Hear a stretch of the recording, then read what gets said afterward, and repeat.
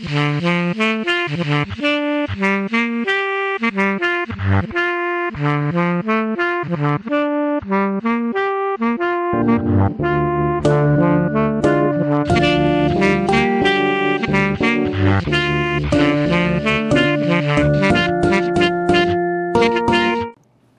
right, so I got my guy Tristan here. If you want to introduce yourself to the camera. Tristan Minton, Pager One, Royal Stain, Trees. Oh yeah, let's go. So essentially what I try to do is I try to talk to creative entrepreneurs and get a sense of kind of where they started, what they've gone through, and what they plan to do in the future. So let's start there. Where are you from? I'm from Denver, Colorado. Word. Yeah. What part of the city did you grow up in?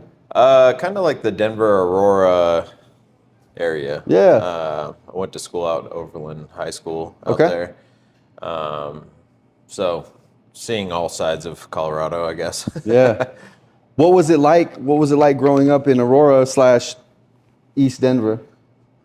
I don't know. Pretty interesting. Pretty mellow. I mean, for what it's worth, it was super diverse, which was always awesome, I thought. And I don't know. I haven't had much high school thought in a while. We have to shake the myth a little bit, right? Because, you know, I'm originally not from Denver, and when I first got here, I was like, oh, I'm never moving to Aurora. You get this idea that it kind of sits a certain way. And it's been my experience, man.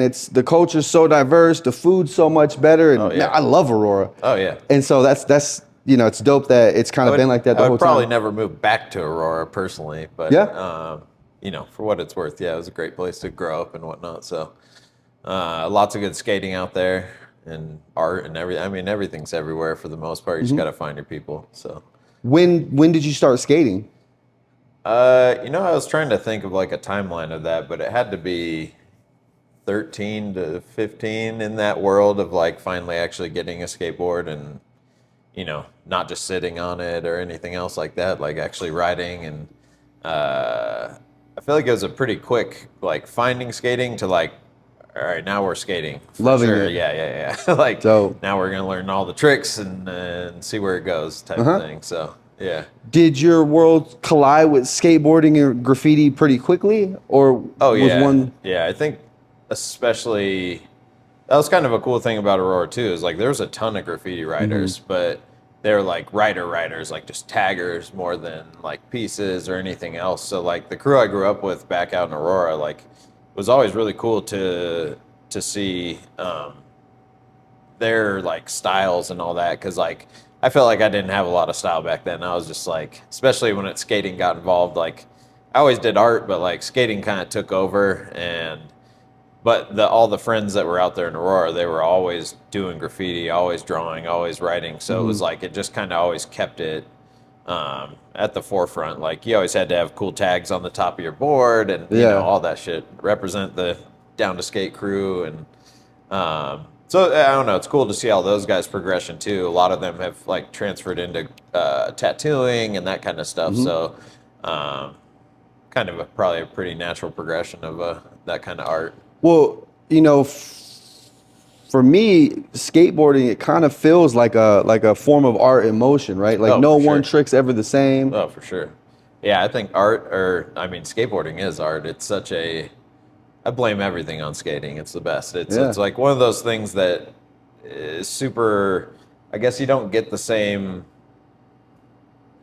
info and just everything from just random stuff in life. It's like skating is almost 99% failures, you know, and just keep trying, which I think is a big part of translating into business and stuff now. It's like, I don't even look at anything as a failure. It's just an attempt. It's just like more attempts. Got to keep trying, you know? So I think skating really like teaches you that without like any real lessons. It's like, you're never going to kickflip if you haven't tried a zillion kickflips. Like it's just how it is. So, so as you were kind of, you know, getting up on walls and skateboarding around in your late teens, early 20s, did that inform like your decision as far as like going to school or like how you were going to move around in the world? Yeah, I grew up in like a household that did hold education pretty high, but I always knew like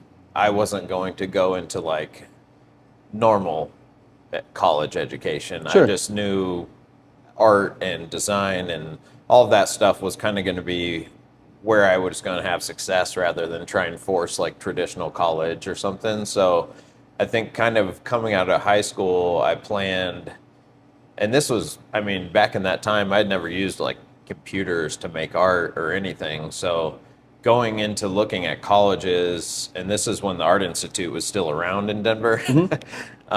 So that's where I ended up going to college. But I kind of just randomly found the pathway there because I think once I found the college and kind of understood some of the stuff, because like thinking art and computers, when all you do is draw and make, you know, things in that nature, it's, you just have no idea what you're kind of signing up for. So I kind of thought I would go into animation a little bit more or something. But then like going to some orientations through school and whatnot, I was like, I realized I was like, I don't want to repetitively draw animation and all that. And that's when I kind of realized that graphic design, I guess, as a whole is like its own department. So in my mind, I'm like, oh, I can like design skateboards and do all this stuff I've kind of have liked throughout time, and it doesn't like seem to limit you at all with where you can take it. So I kind of got lucky in finding just that as a whole and not like having to go down the path of like going into animation or business school or something like that and then like changing it. So I feel like I kind of got lucky going into it in design, and really learning, you know, it's funny because technology has come so far, but really learning a lot of those first things with the graphic design programs and all that kind of stuff. So it's drastically changed over the last couple decades. But it was cool to get in on. I still consider it like the ground level because we were using like the original Photoshop, you know? Right at the beginning, right? Like you. Yeah. And I can imagine that would have been how it was difficult. Is like we hadn't seen our hand drawings translate onto computers in that way. So like you were there at the beginning of it. Yeah. And so it's like, how do you see what's like that's more or less being a trailblazer in a sense. Yeah. I mean, I think it really, especially to now, it like gave you a sense of like the hands-on version of doing design, where like now everything is in the computer, there's AI in there's all the things to help you versus like we were still drawing stuff, taking photos, putting it in the computer basically manually, and then kind of figuring it out from there. Whereas now, I think a lot of those steps are kind of lost in the process. Everyone just has an iPad and seems to do stuff on there, which is, you know, again, an awesome tool, but, you know, it's just, we didn't get to learn that way, I guess. We still learned by manually doing everything. You had to actually draw it. You had to actually, you know, take a picture or any of those kind of things. It wasn't as much now where I can just tell AI to whip me up a background with clouds or, you know, whatever it might be. Now it's a little different, and it's a new learning process for all of us in design and never everywhere. Stops. Yeah. It never seems to, the educational piece of that never seems to stop, I guess. But I appreciate that we kind of got to come from, you know, the whole world before cell phones, before, you know, all the programs worked for you. It gives you a little bit different perspective, and the learning process, I think, is I don't know. We got to rely more on our work ethic and figure it out than you know, AI and prompts and all that. Would you say that going through the process of attending the Art Institute, has that informed your evolution with the technology, right? Or not so much? I don't know, because I just feel like my college experience in general was very hands-offish, like I assume most colleges. It's kind of like, here's the book. Yeah. You know, do your best.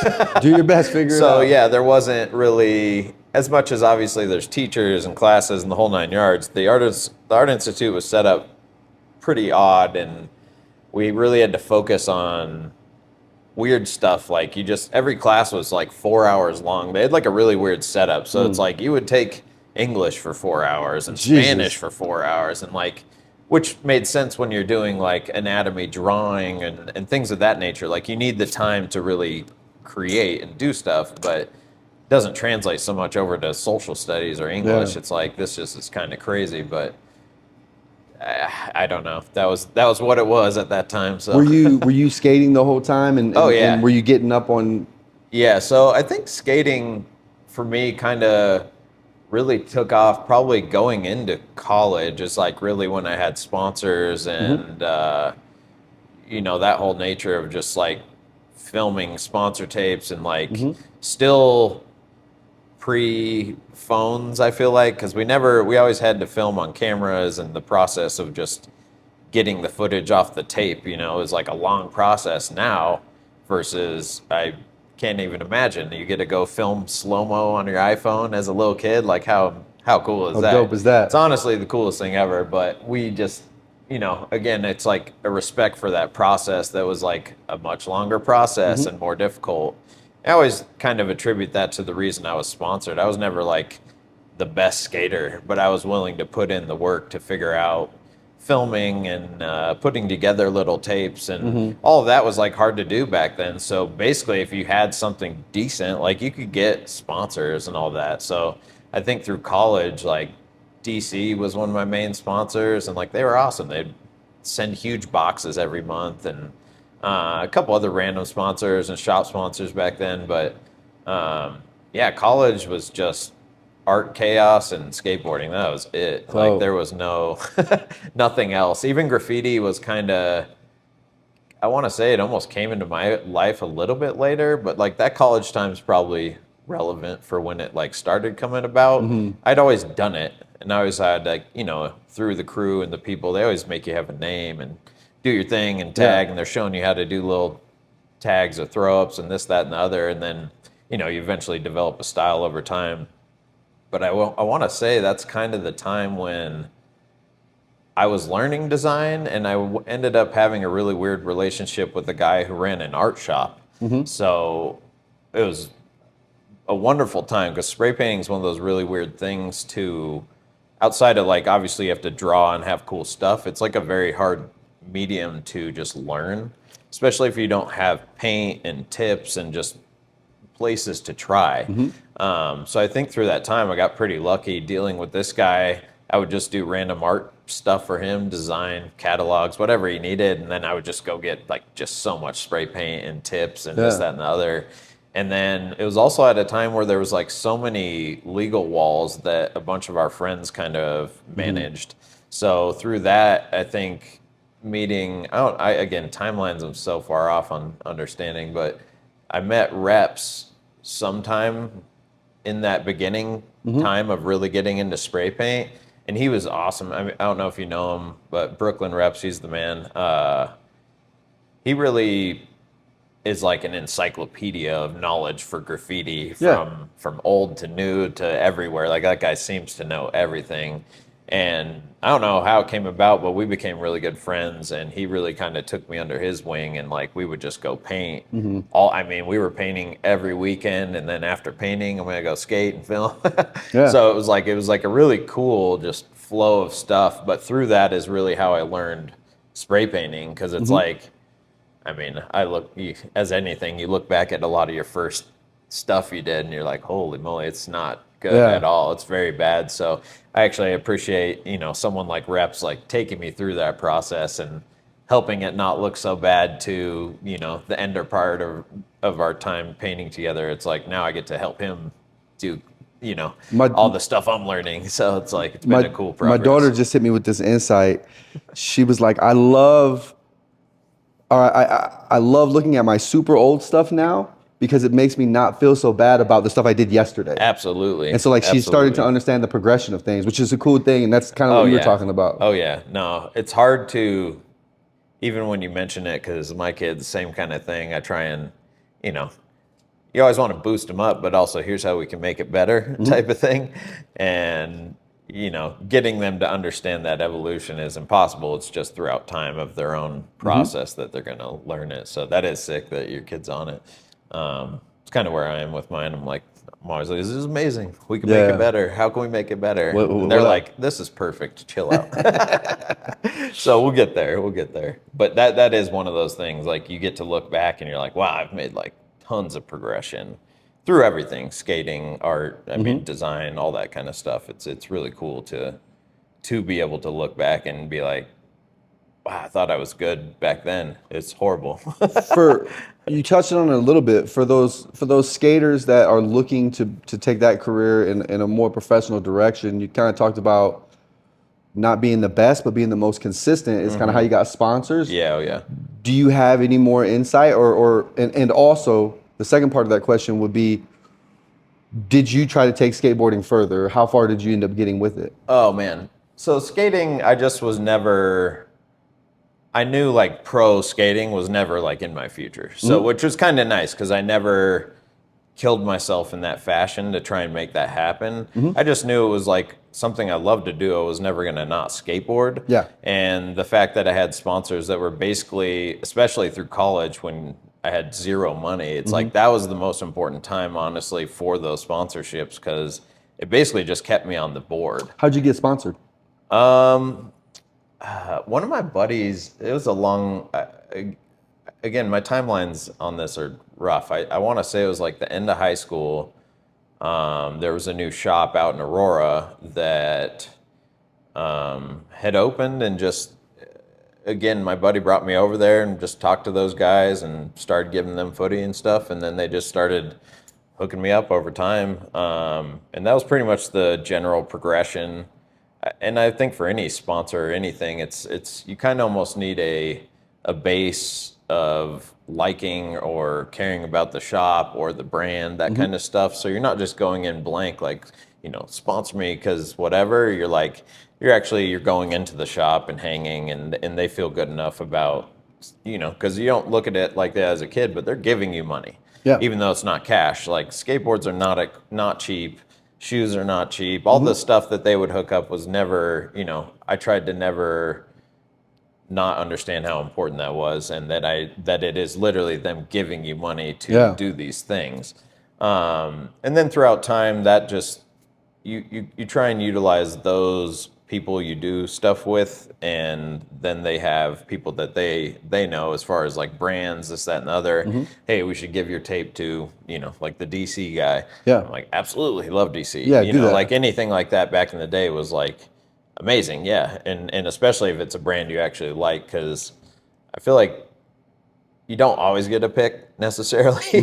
It's kind of like what's available also outside of just what you want, and then feel like if it's going to make sense type of thing. I think you get a pick in that you like will it to you, right? Yeah, Like you get in the general orbit of the things that are intriguing. Yeah. And those things start to kind of manifest or coalesce into your world. Absolutely. Yeah. So I guess I forgot the original question, but yeah, the sponsorships was always just hard work, being down with the people that were trying to help you out, which eventually turned into, the 303 boys over here. Yeah. And now I skate with Sam all the time, and those guys, I was just in a different, atmosphere at that Orbit. time. Yeah, back in deep Aurora, and there wasn't much out there, and especially in those days when you had like such crappy cars, and just like driving to Denver was like kind of risky. A mission. It was a mission You're for like, real. do I have gas? Is my car gonna make it there and back? Like all the stuff. But yeah, we'd always come skate downtown and stuff. But I think it was from that time in high school and being sponsored by the shop, and then moving downtown and going to the Art Institute, and then slowly just became 303 basically, which I never like skated for the 303 guys. I was always kind of just a friendship, and I helped them with stuff throughout time. And now we're just good friends after 15, 20 years of doing that. So, I'm no longer in the sponsored world of skateboarding, which is great. On. yeah, which is cool too. Now you get to go to the shop and just buy whatever you actually want to support and like. So that part of it's really cool. And they're like, so many companies are releasing all those retro shoes and this, that, and the other. So it's like kind of cool because I get to go back and like skate shoes that I really did like back then, but I never But was able to they're get almost them. better too. Like the Yeah, technology's gotten better, the insoles are better. Yeah, everything's better. So, yeah, I don't know. It's kind of just the progress What's your of that. favorite shoe from that from back way back I'm when? still, I've skated S probably now for the last like year or so, but like still kind of trying everything out. But I keep coming back to S, honestly. Yeah. Feel and this, that, and the other. Like, My favorite retro is probably Supras. oh God, I wish they were still around. Oh my God, Honestly, they were the they had a lot dopest. of shoes that I I really feel liked. like so much of what Nike's done was Oh, informed by Supra. Like Supra completely, came out and it was just completely. crazy. I I had even these have so Supra many of those floors. old SBs that Yeah. from that timeline. I'm just like, I don't even know what to do with them. My foot has grown since then. I need to actually like sell them or something. Yeah. But Supra was one of those brands that was almost kind of ahead of time in Hmm. reality. Like, I feel like if they were, I don't think they're around anymore, but if they were around right now, I feel like they would probably do better than ever, Hmm. honestly. So I don't really know. But yeah, S has been the go to for a minute. But it's like one of those weird things. I think that company just sold and, kind of becoming more corporate. They had to kick off a bunch of team riders and a bunch of weird stuff Hmm. that's, stuff we don't know about necessarily, but we'll see where they end up. I don't really know. I'm always trying new stuff, so. Yeah, me too. So you're attending the Art Institute. You're getting up on walls. You're skateboarding as much as possible, and then you kind of wrap up college. And what's next? Like what gets you to the point where you're a business owner? Yeah. Like were you doing a lot of like graphic design for other people? So yeah, probably towards the end of college was when I did kind of start doing a lot of freelance, random stuff, Hmm. whatever it might be, helping the skate shops, helping any friends that need anything, Hmm. of course. But I really had no clue what I was gonna like proceed to go do after college. Obviously, I had tons of ideas and thoughts and where I would want to end up, but also coming out of college your knowledge is still just super limited in my Hmm. opinion, and as you grow you look back and you're like, oh yeah, I didn't know anything coming Yeah. out of college basically. So I basically was pretty lucky to just again have networked with so many people over time that I got out of college and then started immediately at it was like a screen printing shop. I can't even remember what it was called, but we just made like kind of vulgar t-shirts and stuff. And it was like the beginning of like e-commerce and all that kind of thing. Hmm. And the company was very odd, and I feel like I was only there for like a month. Okay. And then it real quickly turned to there was an opportunity at Never Summer to they just had a design position open. Yeah. So again, through my skateboarding roots, that's kind of how I was open to getting this opportunity. Hmm. So super traditional route of, make your cool resume, Hmm. get your portfolio of something together, because like at that point of getting out of college, you have very little like real life work. It's very Yeah. much here's my made up portfolio of fun Yeah. stuff, which again was like not terrible, just it was what it was. Um, so basically, through that, I was able to get all that stuff over there, go interview with those guys, and then luckily, through I think more or less personality and having enough stuff in my portfolio, I was able to get that job, Yeah. which definitely talking to the guy over time now, years later, it's Yeah. like a lot of that opportunity was due to the fact of personality is like a big part of that. Hmm. When you don't know when you're starting it, but looking at it from my perspective now of like you're dealing with someone who's in charge, they're going to have to deal with you all day, every day. So outside of your skills and what they think you can do, you have to be able to be around people all day and Hmm. have them not want to kill you. Professional setting. Which goes back to the world of skateboarding. I mean, there's so many guys that get, I mean, their skill levels through the roof, honestly, but then maybe they don't have that backside of the personality and all that stuff that's going to allow them to go sit in the van with the pros type of thing. Yeah. So it's like I think it translates to everything. It's the how you carry yourself, how you're, interacting with people, and then again having just enough skill to like get in there. So through that job really taught me a ton of things, because coming out of college or any of those situations, like you have your small knowledge base of what you think you're doing, and then any job you go into, they're going to say, here's how we do it. Here's the process. Here's all of the things we're trying to do.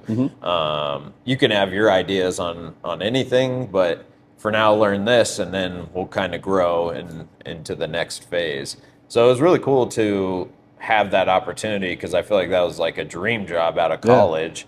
Like, I'm just going to design skateboards and snowboards, which actually that was a big part of it. Was they weren't doing longboards at that time. I don't even know that they do them now.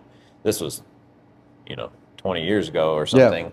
So when they were interviewing me too, that was part of the process of, hey, we're thinking about making skateboards. And then obviously I had like a pretty robust skateboard background on top of everything else. So I think it was just kind of everything accumulated to being that fit for them. And then luckily having enough skill to really pull it through, because they're a pretty small company all in all. They're a small company, but they've done some cool things. Yeah. And I more refer to that of the art side of that company. It was me and one other guy. What was it like? I mean, people don't know. That's kind of how it usually is, though. Yeah. Oh, yeah. Because it's hard to find talented people. It's so hard. What was it like the first time you saw your design on a skate deck or on a snowboard? Oh, man, that was really, how that felt? Really, really cool, actually. I don't even know how. I mean, even to this day, it's still one of the cooler things when you're like, oh, someone's wearing a shirt you made, or especially in the snowboard world, it would like, we'd go up to this mountain and I'd see boards all the time that are just things that you made, and you're like, wow, this is like really cool. But you're like super behind the scenes, like no one has any clue that you did it. But it's an easy way to strike up conversations and make friends real quick.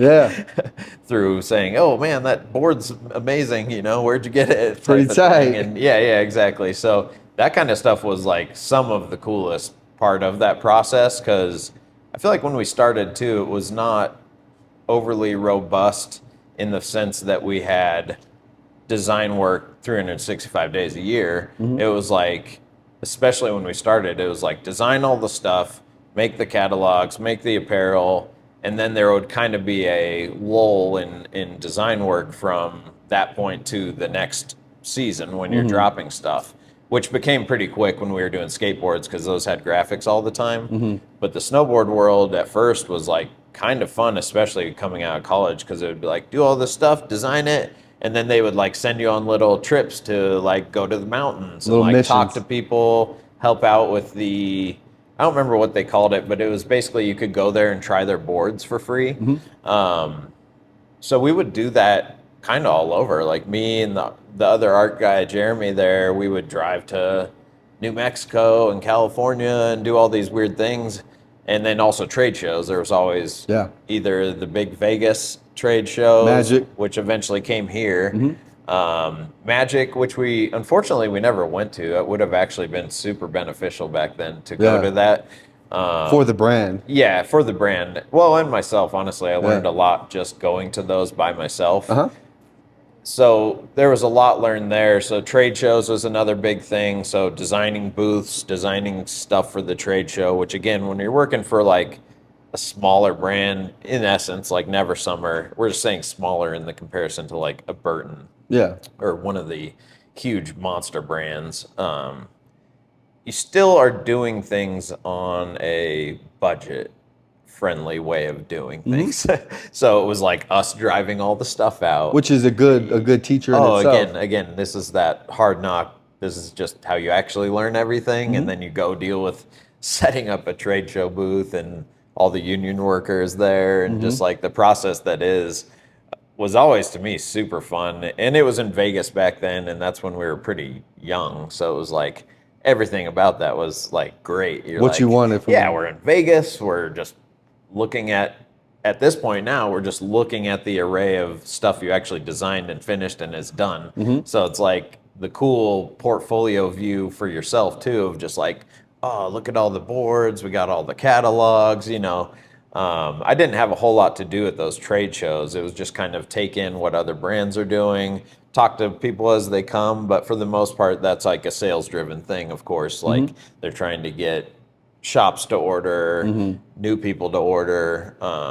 So there'd be a lot of conversation and just hype for the brand. You just got to have your own excitement. And again, that part of it wasn't necessarily relying on me. So it was almost nicer to have that whole situation, and it's really for fun. Yeah.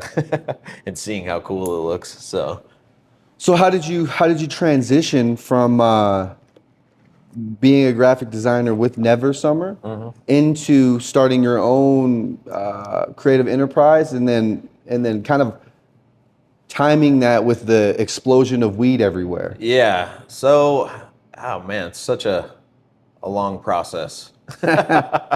So through my time at Never Summer, they always had cogs in the wheel that were things that they did not handle. So there was always a really long process for printing the top sheets. I guess kind of printing anything. Because they didn't have a printing facility, they didn't have any printing process really. So that was kind of the next phase of where that went. It was like design everything. I think that went for a good 3 years, maybe 4 years, to where we started realizing how held back we were in that world of printing and quality, basically. So we started looking into printers and figuring out how we could take over that sublimation printing process basically ourselves. So it was really cool because they ended up getting a separate location. It was super small. It was me and a couple of the other guys from Never Summer, but they weren't necessarily the guys that were just in the back gluing boards or anything. One of them was kind of the CAD guy, so it also gave us like another office. Working with him and the CAD guy, and the other guy was just kind of like very, very smart in computers and processes of setting up machines. Because sublimation is like a really weird process where you print on this clay paper with specific ink, of course, and you basically print it backwards, and then that goes on top of that substrate at the end, and then you heat press it, and that graphic transfers onto that plastic, and it's like in the plastic through that sublimation process. So it's really cool, and that was like part of setting up the print shop, that the prints got crispier. We were able to like mess with the colors a little more. It wasn't just send it and then you got a bunch of top sheets back no matter how they looked. So it was cool to set all that up and get through that process. And I think kind of near the end of that, we had set up everything so well that my time became a little more free, essentially, where I didn't spend as much time in that shop. It was like a lucky time for me, honestly, because I got to focus on a lot of other things through that process because I could kind of work all night. It really didn't matter when I worked as long as things got done right. So I was pretty heavily like get stuff done first thing in the morning, and then from there I would go skateboard all day. And this is when I was like filming a video that I did for 303. It's called HDTS, Mile High Alumni. And we put that out, I mean, it's a long time ago now. But basically this job allowed me to basically make that happen because I had the time to focus on their stuff, go out during the day when we could get all the skating done, and then come back and finish a lot of those processes, whatever it might be. So I'm trying to think of kind of where I went after that. It was I had made it to such a position where it was very easy for them to let me go at that point. Because everything was like kind of set up outside of the specific creative process of graphics. I feel like when you're out there creating or exploring the world, you get to the top of the mountain, and then you're like, okay, well, do I just live here now? Or do I go find another mountain to climb? And often, you know, people do end up living on that mountaintop for a while, but eventually it becomes so easy to be there that, you know, it ends up falling apart, or you end up destroying it, and you end up trying to find a new mountain to climb anyway. Oh, for sure. And that's a real good analogy of kind of how this was. I was at a point where I was kicking. Yeah. It was pretty easy, you know, come up with a bunch of cool graphics and then, you know, finalize those for print type of thing. So the overall process, we were at a great point where, and I think times were a little thinner at that, as there was like a boom and then kind of a downgrade, and then they were looking at cutting the skateboard side of things anyway. So like they were just really looking for any way to like downsize essentially, Yeah. which was fine. Like I said, we had put it to such a point where it was kind of on autopilot. Yeah. I was working at home, you know. So anyway, I had a pretty decent split with them. I mean, it still to me at that time came out of nowhere, right? You're like, Yeah. oh, get a text from my boss saying, you know, good luck, more or less. So, which was kind of cool. They were nice enough. I'd been there for 7 or so years. So they gave me like a little severance package. The important things to me, I got to keep the computer and things like that. So I was like basically just set up ready to go on my own things, which of course throughout time I was still doing freelance art design for anything that kind of came along. I'm trying to remember the exact what happened after that, but I want to say I went to, oh no, I spent a little bit of time over at my buddy's place in Superior Ink. He's a screen printing shop out there. Same kind of thing of like, I wasn't really hyped on like, let's go set up art for other people's shirts and stuff, because a lot of that's not creative work. It's like print setup and, you know, things I was never that interested in. I had no real care to like take other people's art and then like set it up for printing. Like that was overwhelmingly like a super boring concept. So it was like really nice to, being my buddy, I'm like, hey, you used to have this brand you used to do called Neovolt. Why don't I come on board? I'll help you with this art stuff, but then let's make this brand and do kind of what we talked about. Which, when you're talking about selling apparel, it's such a hard world anyway that I almost felt like he was in the position to where you could make money doing it. If you're actually making the shirts and have a big shop and your overhead is low and your shirt cost is low, this is basically how you can make a brand, because like it's very difficult to do it outside of that. So that was kind of that process of, we went into that. It was fun because I had never, as much as I had sent graphics off to get printed, I wasn't super familiar with screen printing as a whole. So it's kind of cool to go through that process. Also learn a lot more about apparel. Back to school. Yeah, exactly. Back to school with something I like, because I've always been super driven in fashion and just that world anyway. So learning about that was like a huge milestone, I feel like, in some way. And then building that Neovolt brand, we did a lot of cool stuff. We had, at that point, we'd kind of built it to like, it was in BC Surf and Sport, and they were like actually moving numbers on it, doing reorders and this kind of thing. But the screen printing side of the world, basically none of it could support me being there because it just cost too much. Which I understood at the end of the day, but I was in no place to like take a sacrificial pay just because you can't afford it type of thing. So it, again, you know, worked really good for a short amount of time. I got to learn a lot and then move right along to, I think I went right into that company out here called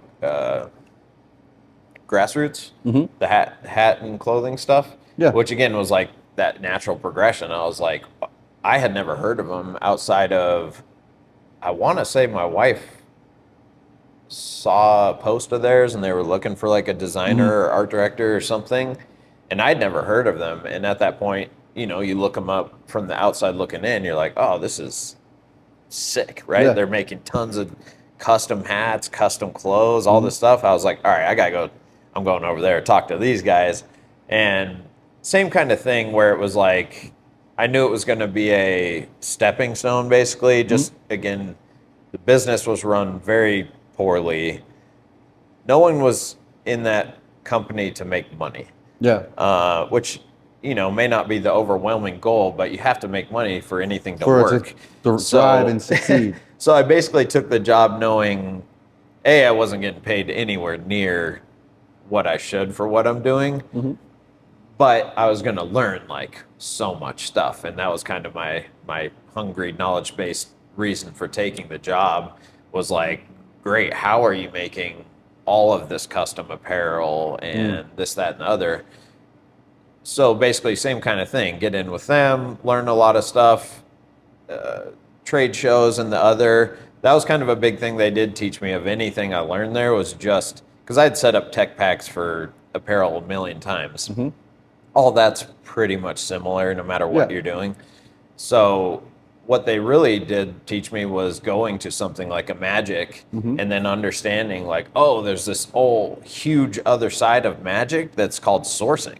Yeah. And back then, again, this is pre-Alibaba, pre any easy way to make something, basically. So through doing that, you get a ton of different factory hookups between hat manufacturers, apparel, belts. I mean, you name it, there's 10 vendors there, for which all thing. of that's kind of died down over time due to like an Alibaba situation. But it's still cool if you get to go and actually talk to those factory people.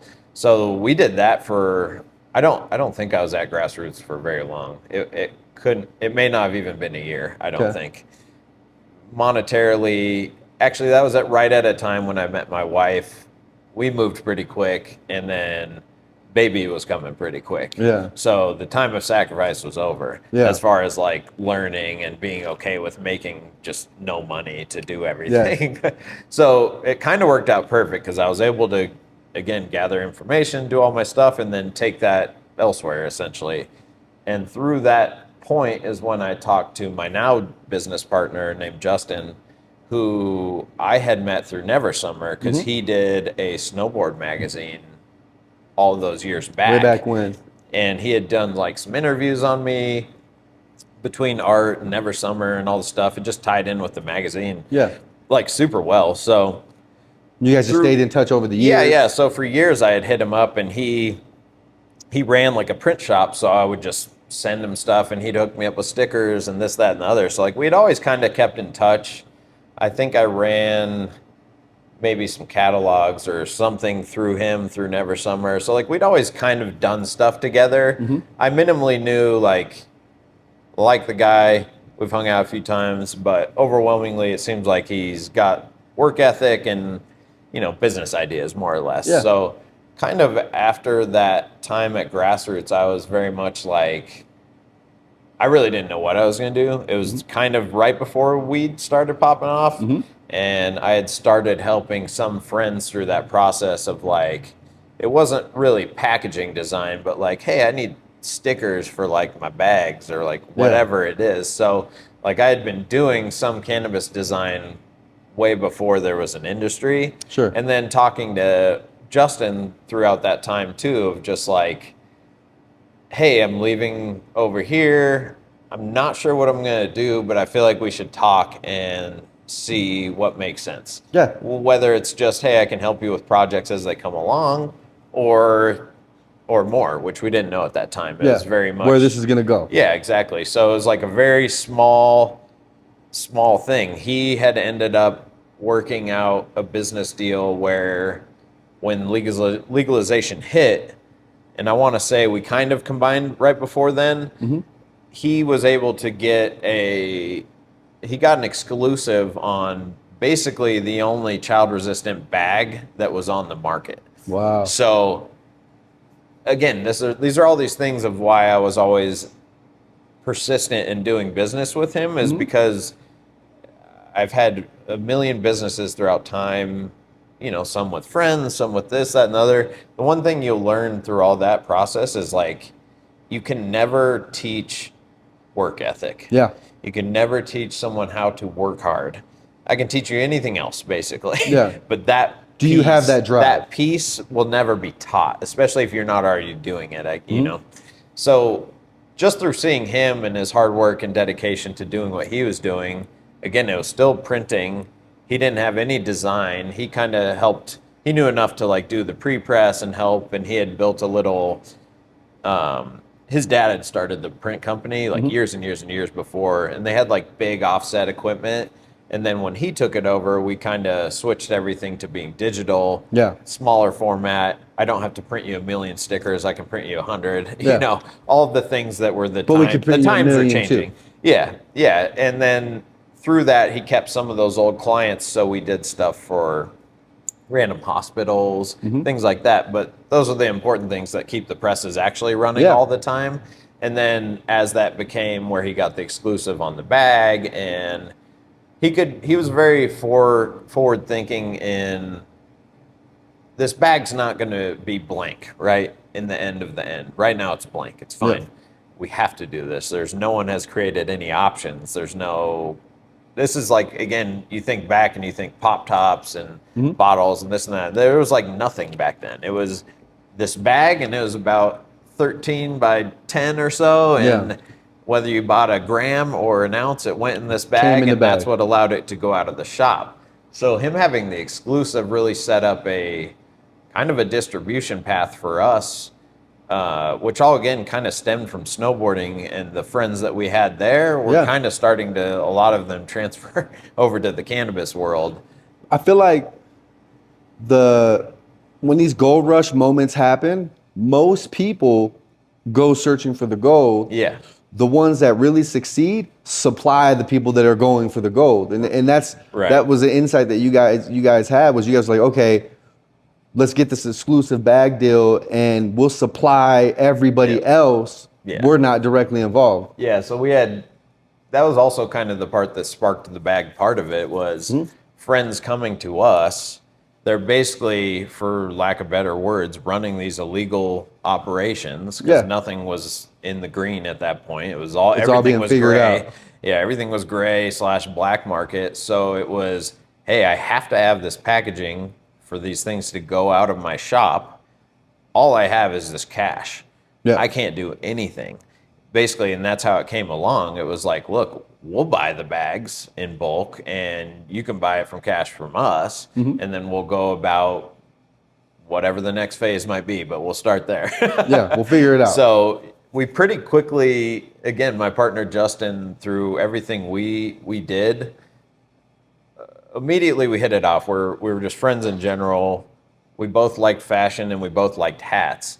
And through everything I had learned, I was like, I also think we should just start a hat company, because I kind of don't see why not. I know everything to make it happen, and we have clients now that could potentially want custom hats. Yeah. And so we also started a company called Oka Marble at the same time, as the company then was called High Supply, and that was like the original thing. So it was like a two-part process where we were having fun, making cool stuff, growing the High Supply business, and his business partner at that time was his legal friend, basically. More or less just money and help us make sure we're doing things right. Yeah.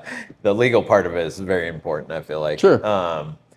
But through that, he essentially got introduced to people that were interested in buying the company then.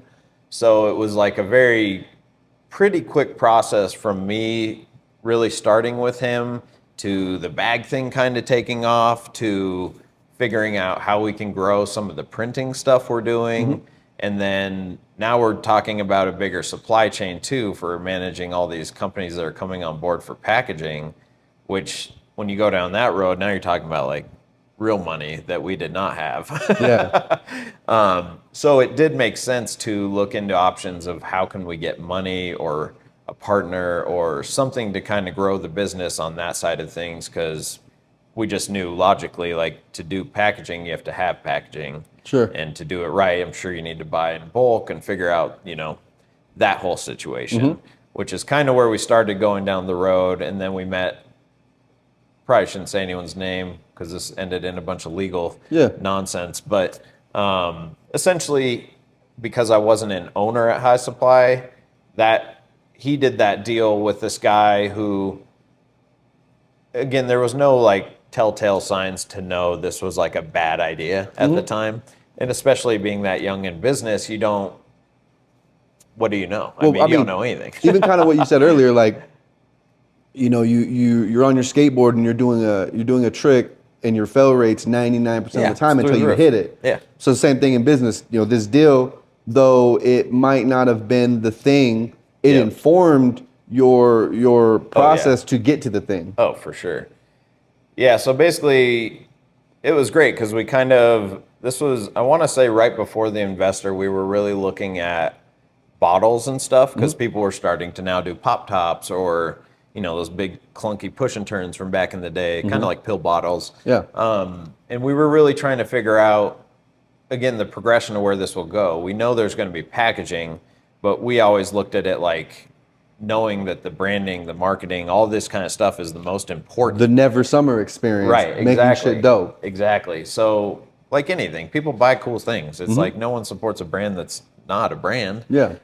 So we very much understood like the progression of where this was going to go was, you know, at least a label on a jar for starting, or a label on a bag, which is like a lot of what we were doing at the time. So my partner, again, it was great to be able to rely on him for some of the knowledge of production. So we were like invested in like a very crappy printer at the time, very slow. I mean, where you start with anything, learning the process of basically printing labels, and then, all right, now what's the next process? How do we take these labels and put them on a bottle without like peeling it and putting it on a bottle manually? So we started looking at machines that were auto labeling capabilities, and again, invest in like a very small, not great unit, but it gets us started and going. And luckily we had a couple of clients that were basically on board of like, yeah, if you can make this happen, like please let it happen. So yeah, it was like a cool time of growth. Everyone could very, very easily see where we were going. Like same with the guy that came in investor wise. I think he ended up being an extreme con man, but like he could instantly see the value of what was going on and that this could be a big thing. That's always those disappointing things with something like that, where you make bad business decisions, not because they seemed bad, but it just seemed like a good opportunity. Everything we did, I still think we did right, even though those things turned out bad. So you don't know what you don't know. Yeah, you don't know. And what we did know is we didn't have a bunch of money to invest. So at the end, I still think we made the choice we maybe not would have if we knew the actual outcome, but you know, you make the choices you have to keep growing the business. And through that, it was like, all right, now everyone's going to have ownership of this business. And it pretty quickly turned into the guy that invested was like, kept doing enough stuff kind of right to like not question it too much. And you're like, I know we're making money, but like there's never money. But this guy was going on, you know, Disney vacations with his family and whatnot.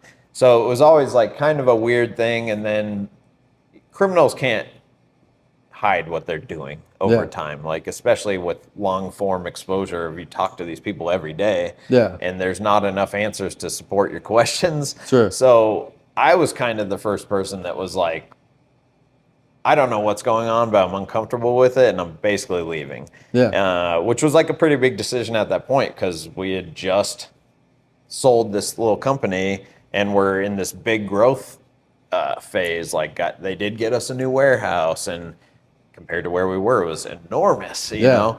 And again, we're going to invest in all these printers, and we're going to do, you know, the plan comically has never changed over the last decade. It was just like a lot of road bumps to get there. Speed bumps. So again, basically end up leaving this guy, and it ends in a big lawsuit for a while, to which we didn't know what we were going to do, but we knew what we were doing was it. So essentially we were able to get through this lawsuit. We kind of had another investor, and we kind of kept things alive through another company. And then once all the lawsuit stuff was over and we had these new partners, again, choices you wouldn't make if you knew the outcomes. But again, here's what we have to do to keep things alive. And it's good enough for right now. And we'll make a plan as we go.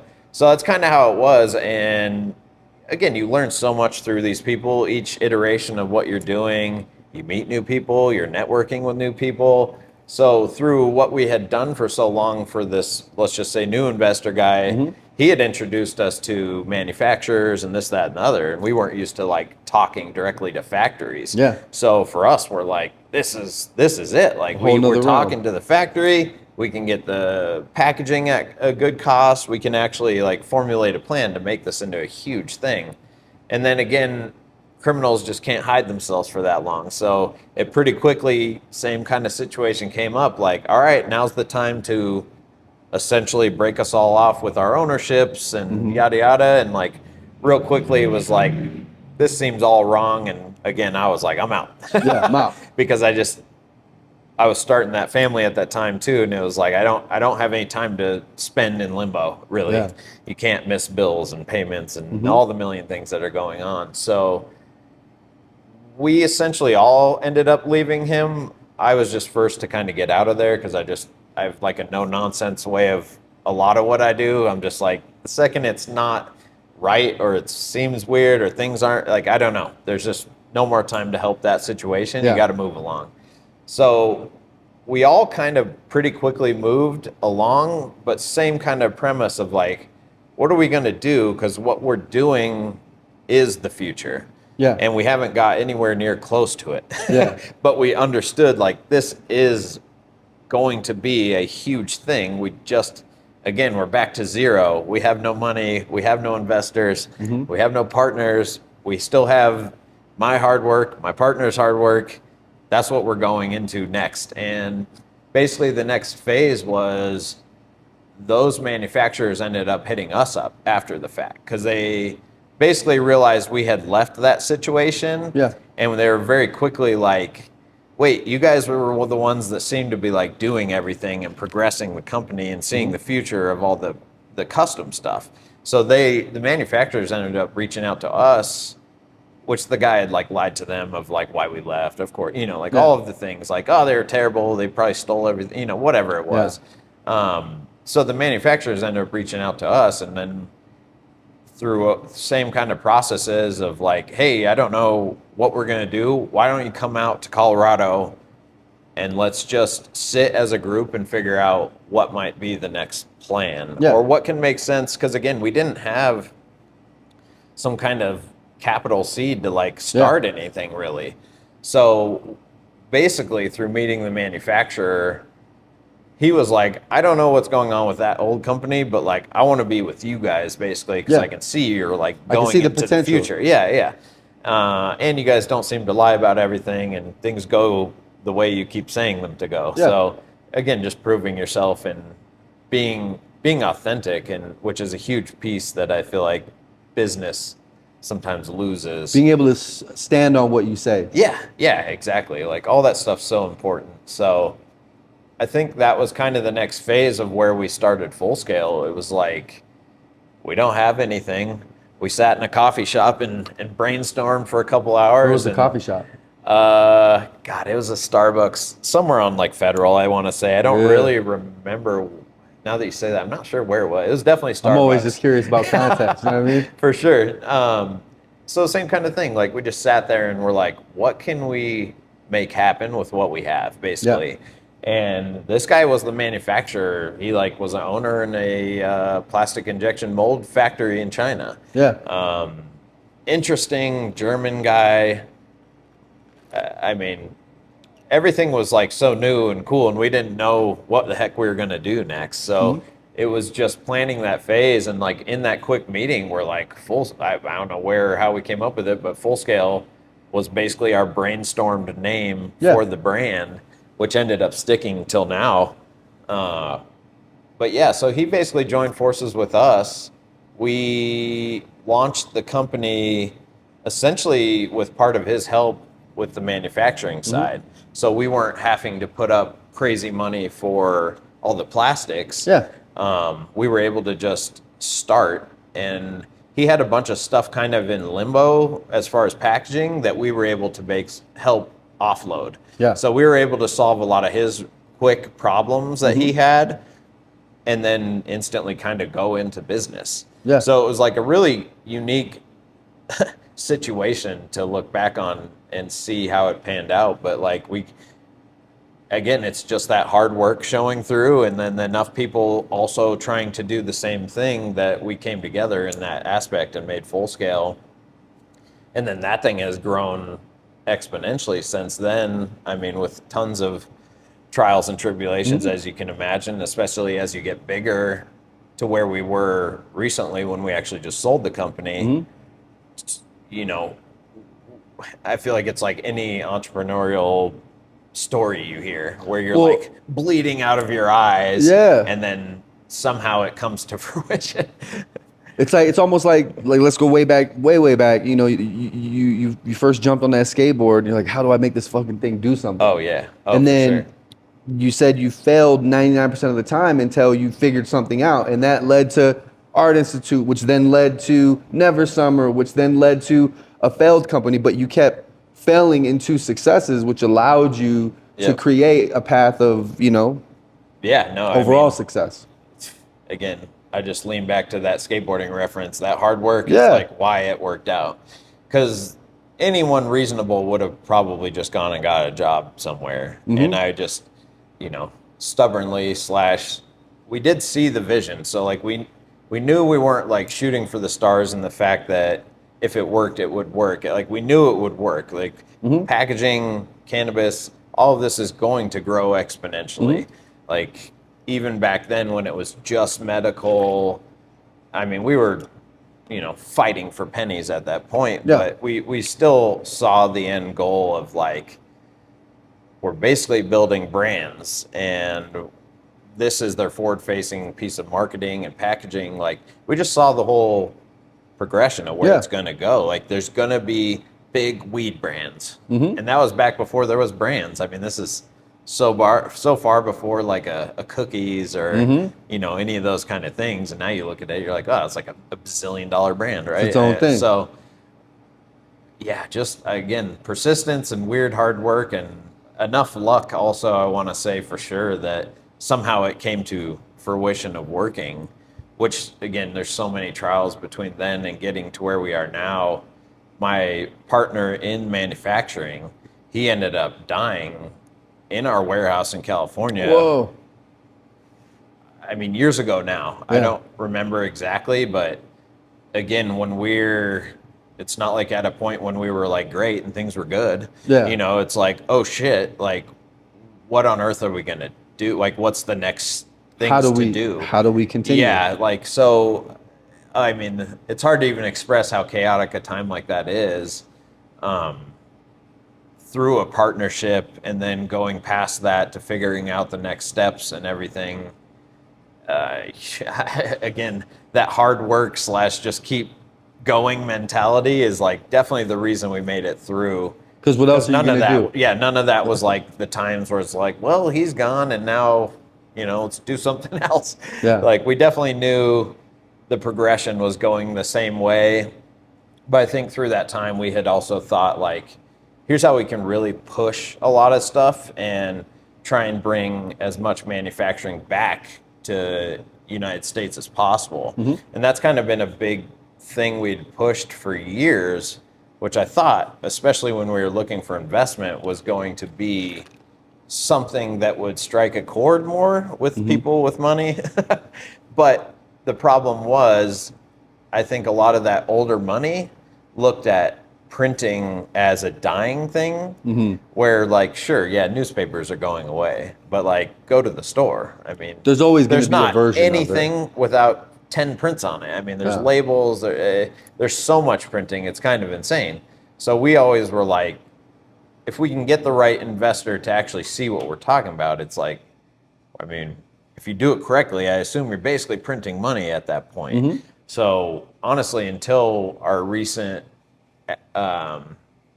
merger or whatever. Yeah, whatever you want to call it, of selling the company and those guys really understanding where we wanted to take this and them having the backing to also help us take those steps is where we are now. So we were able to get into a new facility with that merger.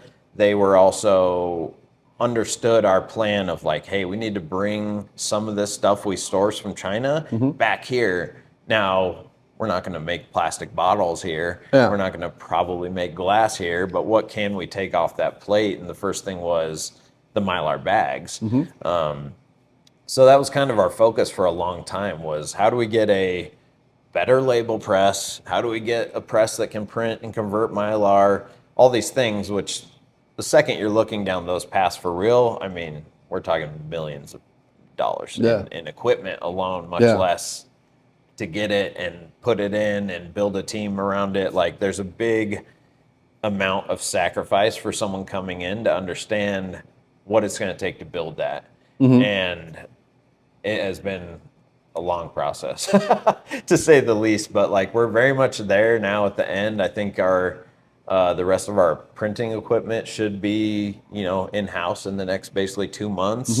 So, you know, we're looking at mid-year to hopefully be actually producing pouches, and then same process. How do we grow this to the next phase? I mean, we already have 10 plans, but how do we get everyone to understand the next phase and actually invest into it? Because we want to be able to make boxes in-house. There's so many cool direct print things that we have lots of ideas of, again, scalable ideas, which is, I guess, the real goal. Because if you can't keep it going, what's the point? Yeah.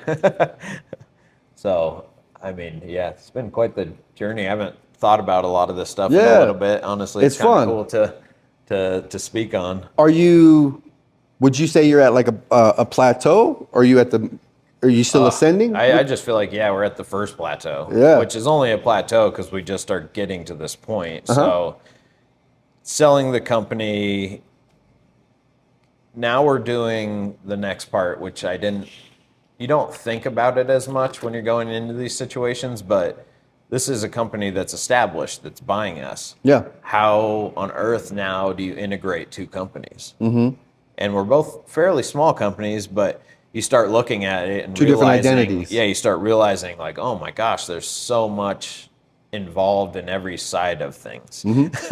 I was just part of a merger where Insomniac bought a couple clubs, and it was like so many little nuanced things that had to be figured out. Yeah, I mean, just the selling process from a business perspective is so much more in depth than I guess you think about it from an outsider's perspective. You're like, yeah, you want to make a company and sell it down the line, right? That's kind of the goal with anyone. So, man, once you start going down that process of even getting someone slightly interested in looking at your business versus the year plus of vetting, and I mean, by the end of that actual process, whether you make the sale or not, like they have now infiltrated everything, right? There's not a single thing about your business that the company buying you doesn't know. Front to back, whatever it might be. So, colonoscopy, full on. Yeah. So, and then you can only hope that it goes through after all that, right? I mean, so that was kind of a very interesting process that we'd never actually got to go through before, just due to the way things kind of happened. But like actually having a decent business, which the backside of that is the huge part of like standard operating procedures and how you run your business. You don't realize how important that part of it is. Obviously, it's important for the function, but like how important that is for a company trying to acquire you. And then everything has to be bring explainable. Your processes in. And even to right now, I mean, they acquired us 10 months or so ago, like almost a year. And then obviously we've dealt with them for a year prior to that. And so there's like so much that goes into it, and you don't realize how important how you set up the original business is, which like from me and my two partners, and at that time I was able to bring my sister in. She helped a lot with some of that. So it was like just a couple of us, one guy that ran the press, and then figuring out as you go and grow, how do you scale it? And then how do you scale it with, you know, SOPs in place that make sense, that again, they're going to be ever changing. Like, you know, the printing process as a SOP might be pretty stead in what it is. Like that's just, you know, getting the job ticket, all of the back end design files. Like, I guess actually it's all a ton more involved than I try and make it to be, but getting all those SOPs dialed so that when all of a sudden you do have 20 jobs a day or multiple print jobs within a day, week, et cetera, that there's some kind of process to get all that done. Now, luckily we had 7 years basically to grow that process from full scale's inception to where we are now, where we were able to become acquired. I mean, you change those SOPs every year for sure. Well, if you're growing and doing stuff, Everything's you don't evolving. necessarily have to, but Everything's it's super evolving. important to, grow and understand. That's kind of the biggest thing, is trying to understand the scalable side of it, especially for an investor. Because it's great to have a cool thing that runs and does stuff and makes money, but like from an investment side, looking into it, they, of course, like a Shark Tank thing. How am I going to make my money back after this? How do I get my investment? Which just, again, outside of like some kind of crazy IP, or you made Facebook, like you're basically selling assets and standard operating procedures of whatever you've created. That's what you're Which selling. is important. It's important to catalog and put a system together and have all that tagged and then them seeing the importance, and also us needing to stay around to make the future happen also. Because I guess potentially if you do it too well, they don't really need you after you are acquired, which maybe then you get paid a lot more for the acquisition. Right. But I don't know what I would do anyway. This is my passion. I love designing and packaging and cannabis. So it's like, I knew I didn't want to exit the company. I knew we wanted to help the next phase, whatever it was. Yeah. And that was an important part with them too, because they're going into the world of design and print, which they have never really been in. They would get client files and then talk to their factories and make things happen, but they never had in-house stuff. Someone come to you and say, hey, I need you to build me an entire brand. Yeah. I also need all the packaging and ancillary stuff that comes with it. So it's been a cool process that, again, we're still in now, but of showing them that process and really getting them to understand, like, this is almost the most important side of things, because we are helping these brands grow and building stuff that they wouldn't have otherwise, essentially. It's like, most companies have to go through, at best, they have an in-house designer, right? But a lot of these brands will have an outside design agency that helps them. And they're very used to that process, which all in all is like pretty clunky and not great. Like, I need something, and then 3 weeks later, maybe you get it.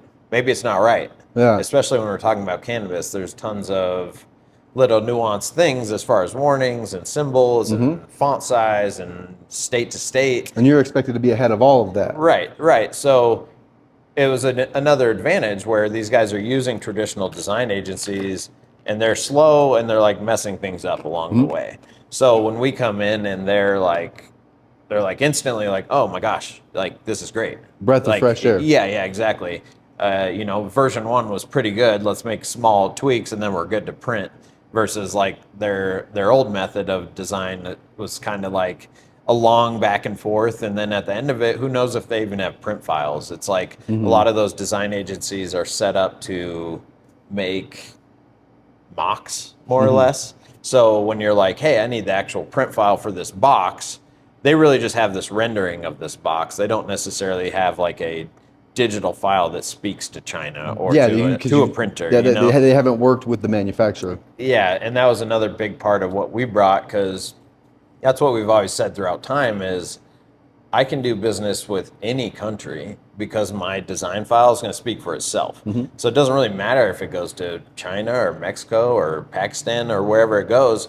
Our file is generally going to speak for itself. And then throughout time, you get a different business language of speaking to factories and places overseas and all that kind of stuff, and really pushing, I mean, even in stuff we did for you of like cool bucket hats with reversible graphics, and really understanding how to make a file that speaks to all of that without trying to tell a factory what to do with some graphic work, and some people get there like that, but then they never have a end file that's theirs. They can never recreate it unless it's exactly with that same factory. And it's a reorder, and then you just hope that the quality, it's going to be there. It's in a big weird mystery thing. And then where we've gotten to now, it's like we do such big numbers with all of our vendors, right? From apparel to Mylar to boxes to plastics. I mean, you kind of name it. And that's another part that a lot of these companies don't understand is like, well, I can go to Alibaba and do this, that, the other. And it's almost so much that you can't explain it to them. Yeah. It's very much like, I wish you the best. Yeah. Because if they don't see the Value. power and value of what we bring in just showing you a cool picture, and then at the end of the day, no matter what, you're getting that cool thing. Yeah. You don't have to worry about how it's made necessarily. Mm-hmm. There's a huge value in that. Absolutely. And outside of, now they're not attempting to talk to China and do all of these things that, again, we've set up for years now. So it's like a lot of our vendors that we set up initially are some vendors we still use. Yeah. I still believe like relationships are huge and Absolutely. super important. Versus like, again, especially I think- our industry has a lot of dovetails to what's cheaper, quicker, this, that, and the other, and it never works out for them, you know, but I get the mindset. I think the only thing more important than relationships is persistence. Oh yeah. Right? Consistency. Like those, like if you're consistent, you're going to get somewhere. And then if you build relationships, that consistent frequency is going to evolve into success. Yeah, absolutely. So what are you doing till today to keep your creative things crispy, right? Like are you still painting? Are you still skating as much? Oh yeah. Skating, not as much as we can, of course, but now with 2 kids and all the things going on at home, I still try and probably skate twice a month is like my goal. Yeah. If it's more than that, amazing. In the winter, sometimes it's less, but skating is always still there. And then painting and creativity is just like all the time. Whether I'm doing commission artwork for someone specifically or just working on my own canvas stuff, or just painting murals, which seems to be more of like a paid thing at this point. I don't get as much fun time to Just do whatever. just go do graffiti or paint something for fun as much. But I don't know. All of that's part of the chaos of putting it all together. It's like finding the time to still do that. Because it's super important. I think painting is still one of my favorite outlets. But now it's like figuring out how to help people through doing that and maybe make money through that process. An interesting creative piece that I felt like you were ahead of that's just starting to get really popular was the fingerboard stuff. Oh, yeah. Like you've been doing that since I've known you, and you're just now starting to see that really unfold in a way that's like, it's crazy. Yeah. I'm actually so surprised. It's kind of funny. I had followed one of my friends from graffiti for years and years and years, and he always made skateboard stuff, and I never knew he made the fingerboards. Because you would see a picture, and it's like, it looks like a skateboard. Yeah. And in the world of skateboarding, if you're not one of those core skateboard brands, like selling a skateboard is very hard. Like just unbelievably difficult. So I always saw him being persistent and doing all these things. I was always just amazed. I'm like, you're selling skateboards. That's like probably the hardest thing to sell, in my opinion. So I was always impressed. And then one day he kind of did like a side-by-side or something. And I was like, you make the little tiny skateboards? Because I didn't really know much about it. Like there was tech decks, right? But tech decks are kind of not functional really. They're just like for show more than anything. So when he showed me that and he was like, hey dude, I'll send you one. And I was like, I mean, after that it was over. I was like, oh, this is like the coolest thing ever. In the nerd world anyway. But now I've kind of done that for a couple years, and he's been that's my buddy Kim's, and he's one of the guys that's supported me throughout that whole process basically. Even to now, it's like another fun outlet to stay in skateboarding and do graphics, stay crisp and creatively, and that's kind of, I think, throughout the last decade has always been my goal in skateboarding, is to like stay relevant in some fashion. I knew it wasn't going to be from being like an amazing skater, but how can I stay in this world that I love, So it was like I've created so many relationships throughout time, from pro skaters to just people in the brands and that whatnot. So like I've done tons of like pro skateboard graphics throughout time. I was helping Felix Arguelles, which again, like cool name from my past of like old pro skater. And then he started a company called Ammo. I mean, this was years ago. And I think I met Manny Santiago through that process. I can't really remember, but then I started doing all of Manny's pro graphics. Ammo was kind of grabbing some traction, which again in the skate world is just impossible. They picked up a guy named Kelvin Hoffler, who was like one of those street league X Games, like one of the dudes that's like podium every time. Like, so that was another cool thing of like, I got to build graphics for him and then see him like win street leagues on the boards I designed. And I've just always tried to keep that side alive through passion. It's skateboarding has never been a monetary thing. Yeah. It's so hard to make money, even if you're the best skater in the world. It's like it's hard to make money, but it seems like it's informed your journey on succeeding. Oh yeah, 100%. And that's why I'm so passionate about if Sam ever needs anything over at 303. Like, dude, I got whatever you need, I'll help. I can't wait to sit down with Sam. Oh yeah, that'll be a wonderful interview. He's one of the coolest guys. And again, passion. Building a skateboard shop is 1,000% passion. There's almost no money in it. Yeah. So to see Sam truly grow over time to where he is now, I mean, it's still such a passion project. You know, like at the end of the day, he's not driving Ferraris and stuff. I think he's smart with his money. I'm sure he's. But you see, like I'll see 100 kids in line. Oh yeah. Or on skate day, you see the entire block covered with thousands of skaters. That's such a that's that reward culture there. side where that's just the coolest thing ever, to have that many people be passionate about basically your brand and your thing. And they all support, even when they're broke skaters, they're going to buy a piece of grip tape or something. Like they're going to try and do whatever they can also. So it's like, it's cool. What is there any piece of literature, a book, something that you would recommend to people? That, you know, could be a science fiction, whatever. Like what books are you reading, or what's something that when people ask you, that's what it is? Books is weird and hard because I just have never been a book reader. So Thrasher. So yeah, I mean everything, comic books and Thrashers, anything in that world where there's literature with pictures, basically. Yeah. So I don't know, and like even. I listen to tons of podcast stuff. I mean, you know, we'll go to the corporate skate shop. I'll grab Zumi's little flip book. Oh, of course. And look at it and see what's cracking. Like, okay. Yeah. Oh, okay. And then that is an interesting addition to whatever I'm trying to do. And for me, that's the stuff I love. I'm like, show me all the graphics of every board brand of what they're doing. And, you know, that was always the cool stuff. And I'm sure I would have loved to like work at one of those a skate brand.